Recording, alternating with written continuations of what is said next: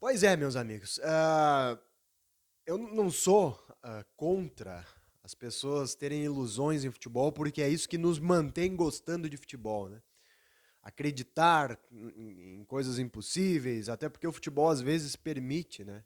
Acreditar em coisas impossíveis. E aliás, estou aqui justamente para falar, para passar essa mensagem para você, torcedor do Juventude, que acredite não em coisas impossíveis, mas em coisas possíveis. Ou seja, no acesso do Juventude. Até porque eu, propriamente, particularmente, ainda acredito que o Juventude tenha condições para conquistar este acesso para a Série A do Campeonato Brasileiro. Por outro lado, na função de analista aqui na Sports, você que nos acompanha, que tem visto os nossos debates, ou a turma que me chama para conversar ali no bate-papo, né? E eu penso que consigo conversar com todos aqueles que chamam para trocar uma ideia, né? Vocês sabem que eu não gosto muito dos extremos no futebol. Nem do oba-oba, nem da extrema confiança e muito menos do extremo pessimismo ou de achar que as coisas não vão dar certo. E é por isso que eu quero gravar exatamente essa mensagem, né, na cabeça do torcedor do Juventude. Nem ao céu e nem ao inferno. Eu tinha muito medo desse oba-oba quando o Carpini começou a ganhar no Juventude, né? Ele ganha 5 jogos seguidos, perde para o Sport, 3-0 na Ilha, depois obtém mais 4 vitórias seguidas, e aí se cria uma expectativa positiva, mas exageradamente otimista. Eu lembro que eu colocava freio nas pessoas e muita gente me acusava de ser pessimista, de secar, né? Ah, tu não gosta do Carpini? Não, não era isso. Era apenas a questão de ter sempre a noção da realidade das coisas, né? Da mesma forma que nesse momento estou vendo muita gente atirando a toalha quando não é para fazer isso. O Juventude está vivo na Série B do Campeonato Brasileiro. Eu já vou falar sobre isso. E, inclusive, eu acredito particularmente no acesso do Juventude. Mas é preciso pontuar coisas, porque por mais que o futebol às vezes seja imprevisível, nestes campeonatos de 38 rodadas há uma linha a ser seguida e o Juventude tem seguido uma regularidade. Há vários pontos de regularidade nessa campanha do Juventude até aqui no Campeonato Brasileiro da Série B. Outra coisa, nessa realidade atual do futebol, e vamos ser sinceros, né? Essa realidade técnica miserável do futebol atual, as diferenças elas são muito pequenas, então se pode esperar qualquer coisa dos jogos. Se pode esperar qualquer coisa dos jogos. Primeiro que eu vejo que há muita diferença técnica entre as divisões, né? Os jogos de Série A são de um nível, a Série B é outro nível em relação à A, não há nem comparação. E a Série C e a Série D são níveis muito para baixo da própria Série A. A gente está vendo isso. O Juventude foi na Série C buscar uma referência da Série C aí, que era o Eric Farias. É um jogador que não está conseguindo jogar na Série B. Acho que esse é o maior exemplo da diferença técnica que tem entre as competições. Isto posto, quero dizer que a Série B é muito equilibrada, muito equilibrada. E aí eu quero chegar na questão do otimismo extremo, que gera decepções. Quando as pessoas acreditavam que o Juventude ia atropelar o ABC, ou queria atropelar a Ponte Preta, vocês sabem quantas ideias eu troquei com vocês aí nos bate-papo da vida e mesmo nos nossos debates. O quanto eu coloquei freio, né, nessa expectativa extremamente positiva, justamente para não gerar essa decepção que está gerando agora e de virar o fio do pessoal acreditar que já está tudo perdido. Eu sabia das dificuldades que o Juventude ia ter, tanto contra o ABC quanto diante da Ponte Preta, e acho que o torcedor também sabia, porque não é só o Juventude que está tropeçando contra esses times. O Atlético Goianiense, que tem uma ótima chance de subir, o Atlético Goianiense tomou 4 do Mirassol e vem de uma sequência de tropeços. O Criciúma, que já subiu recentemente, perdeu em casa para a Chapecoense e naquele momento muita gente de Criciúma atirou a toalha. Como torcedor do Juventude está atirando a toalha agora, alguns, né? Que eu acho isso errado, já vou dizer por quê. E o Criciúma subiu. O Vila Nova, que só depende das próprias forças, assim como o Juventude, para subir na última rodada, em determinado momento praticamente atirou a toalha também. Tinha levado o Lisca não estava ganhando lá de ninguém, eles meio que demitiram o Lisca, assim, praticamente atirando a toalha, e o Vila Nova muito provavelmente vai subir, porque basta para ele Vila Nova ganhar do ABC que estará na Série A. É isso que eu quero dizer, meus amigos. Todos os times, inclusive os que obtiveram sucesso ou que vão obter sucesso, tropeçaram na competição, como o Juventude está tropeçando agora.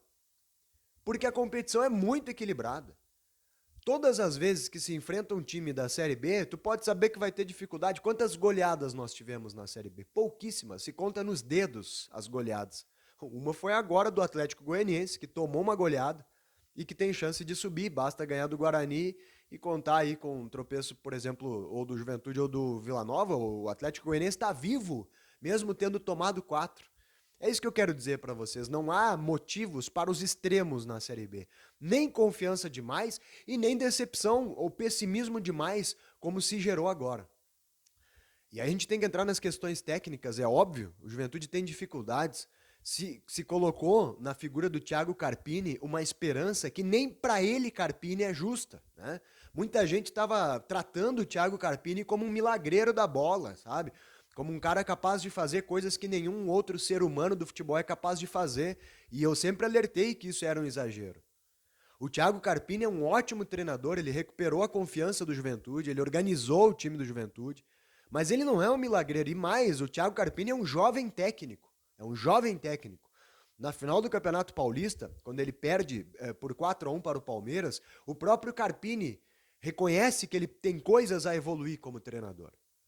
E o Thiago Carpini, ele é um técnico que ainda carece de experiência, e isso se reflete nas escolhas recentes dele, né? No jogo do Juventude contra a Ponte Preta, ontem no Jacone, em dado momento, o Jean Irmer chega na lateral e diz para o Thiago Carpini ter calma, né?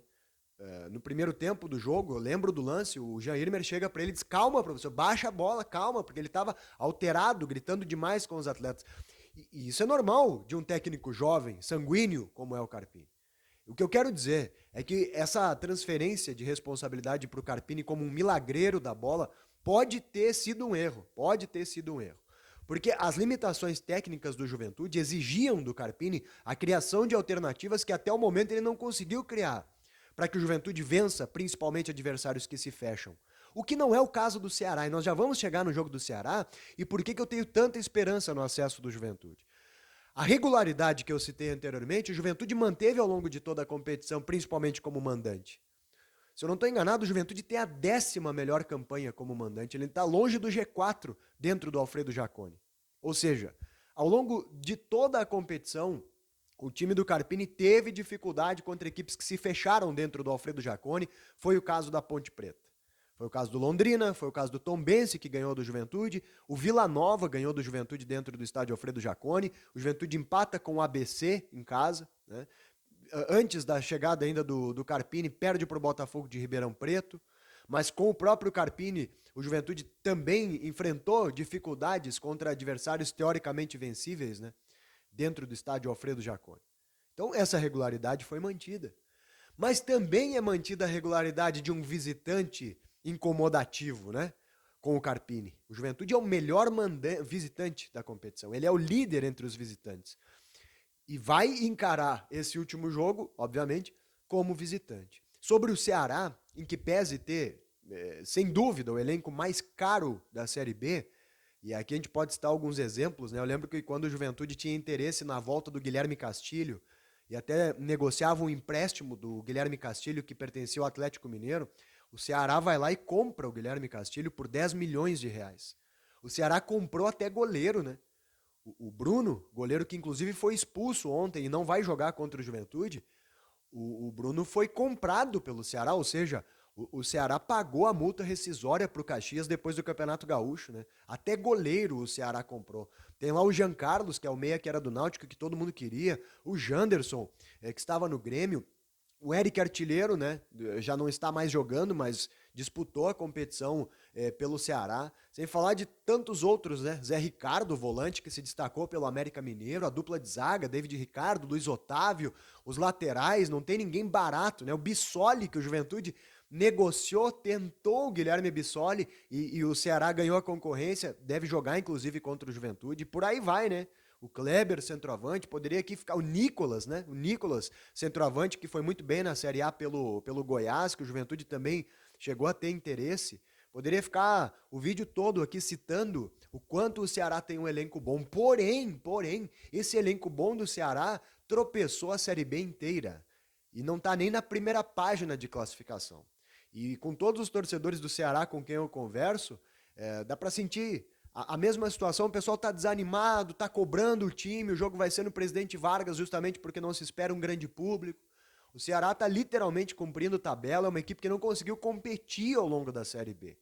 E não vai competir a morrer nesse jogo contra o Juventude. Vai jogar, como profissionais que são, vão jogar, mas não vai ter aquele nível de luta, por exemplo, que teve a própria Ponte Preta, que estava jogando a sua vida no estádio Alfredo Jaconi. E por aí começam as esperanças para a vitória. É claro que o Carpini tem que encontrar soluções, né? Precisa encontrar soluções. Não dá mais para insistir no Tite, que foi muito mal, né? Ele já tentou com o Eric Farias algumas vezes, tentou com o Juan algumas vezes. O Juventude tem problemas na sua articulação ofensiva. A falta que o Nenê faz para o Juventude é gigantesca, né? O Nenê é responsável por mais de metade dos pontos e dos gols do Juventude, sendo ele o autor do gol ou nas assistências. Aliás, o Nenê era exatamente o ponto fora da curva, era o pingo de qualidade a mais que o Juventude tinha. O Nenê, para mim, ele é mais determinante para a campanha do Juventude do que o Thiago Carpini. Porque o treinador, ele tem o seu papel, né? Mas quem joga são os atletas. E quem fazia a diferença em campo era o Nenê. Só que não adianta lamentar isso, né? O Nenê trouxe o Juventude até aqui. Agora precisa alguém que conclua esse processo, esse trabalho, né? Que o Nenê ajudou a construir. Precisa alguém que termine isso. E não é o Nenê porque ele está machucado. Então cabe também ao Carpini encontrar essas soluções para este último jogo, que vai ter características próprias, específicas. Um Ceará esperando entrar em férias, jogando, é claro, são profissionais, eu repito, estarão fazendo o seu trabalho, porém sem precisar dar nenhum tipo de algo a mais. O Ceará vai jogar normalmente. O Juventude vai poder ter uma postura um pouco menos propositiva, que eu acho que cai melhor para esse time do Carpini. O Juventude tem dificuldade para propor jogo, o Juventude sente quando ele tem que fazer acontecer, e a gente viu isso nos jogos recentes dentro do estádio Alfredo Jaconi. Por mais que o Ceará não tenha a necessidade de pontuação na tabela, ele vai propor um pouquinho mais o jogo, por estar jogando em casa, e o Juventude vai ter um pouco mais de campo para contra-atacar, para marcar alto, para roubar a bola com o Vini Paulista. Tem algumas alternativas a serem criadas. Tem uma semana para trabalhar, para recuperar do desgaste, que é evidente. O Juventude ontem estava desgastado, vinha do jogo na terça-feira, chegou aí já na quinta-feira em Caxias do Sul, só choveu, não conseguiu fazer treino nenhum, o campo estava pesado aqui, como estava pesado também lá em Natal. Tudo isso interferiu no desempenho do Juventude. E agora esses fatores não vão interferir para o jogo contra o Ceará. Eu quero dar uma mensagem para o torcedor que é a seguinte: o futebol, ele é sempre surpreendente.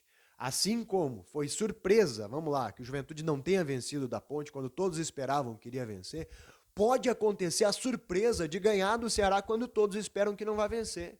Eu não vejo até motivos assim para que isso seja surpresa. Se o Juventude ganhar esse jogo do Ceará por 1-0, que seja, para mim não vai ser surpresa. Eu acho que é um jogo em aberto. É um jogo em que tudo pode acontecer, inclusive o Juventude vencer a partida. Eu não vejo assim motivos para tanto desespero ou para já jogar a toalha. Tem outra, né? O Juventude é o único time, junto com o Vila Nova, desses que lutam pelo acesso, que depende das próprias forças.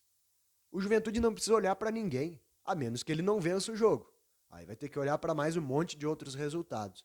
Mas o Juventude precisa se concentrar no seu trabalho, vencer a partida diante de um adversário que tem ótimos nomes, mas que não conseguiu competir a Série B inteira. O Ceará praticamente não conseguiu competir. O Ceará empatou com o Sampaio Corrêa no último jogo que ele fez no Castelão, perdeu ao natural agora para o Vila Nova jogando fora de casa. No Alfredo Jaconi, o Juventude venceu o Ceará. Foi um jogo difícil, claro, como será o jogo de sábado, mas o Juventude conseguiu encontrar uma alternativa e venceu graças ao Nenê, é verdade. Agora não tem o jogador que fez a diferença naquela partida, mas o Juventude ganhou do Ceará.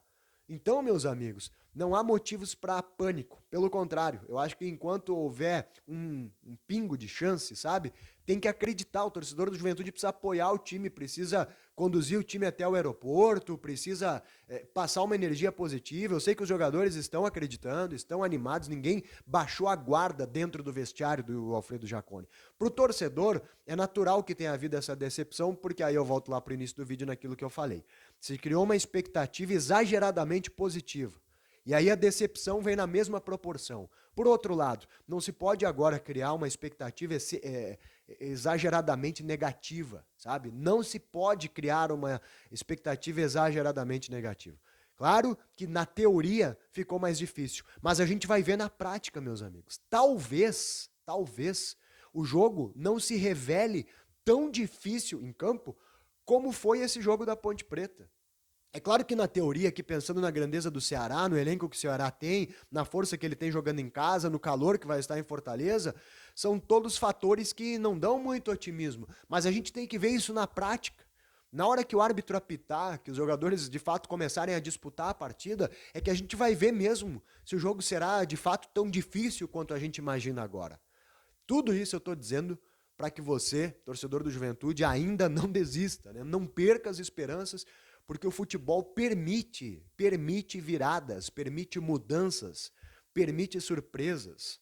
Assim, repito, assim como foi uma surpresa o Juventude não ganhar do ABC e da Ponte, pode acontecer de ganhar do Ceará. Ninguém perde para sempre, ninguém empata para sempre, meus amigos. As fases mudam em futebol. Daqui a pouco tu faz um jogo muito ruim, no jogo seguinte tu faz um jogo muito bom. É possível isso, é possível. Repito, todos os que subiram, com exceção do Vitória, que foi o único regular praticamente o tempo todo, eles oscilaram. Vai subir gente que não acreditava mais. O Vila Nova em algum momento não acreditava mais, pode subir. O Atlético Goianiense pode subir, em algum momento não acreditou mais, vem de uma goleada. Os outros que estão lutando aí, que ainda acreditam, Guarani, Novo Horizontino, todos eles já estiveram praticamente eliminados.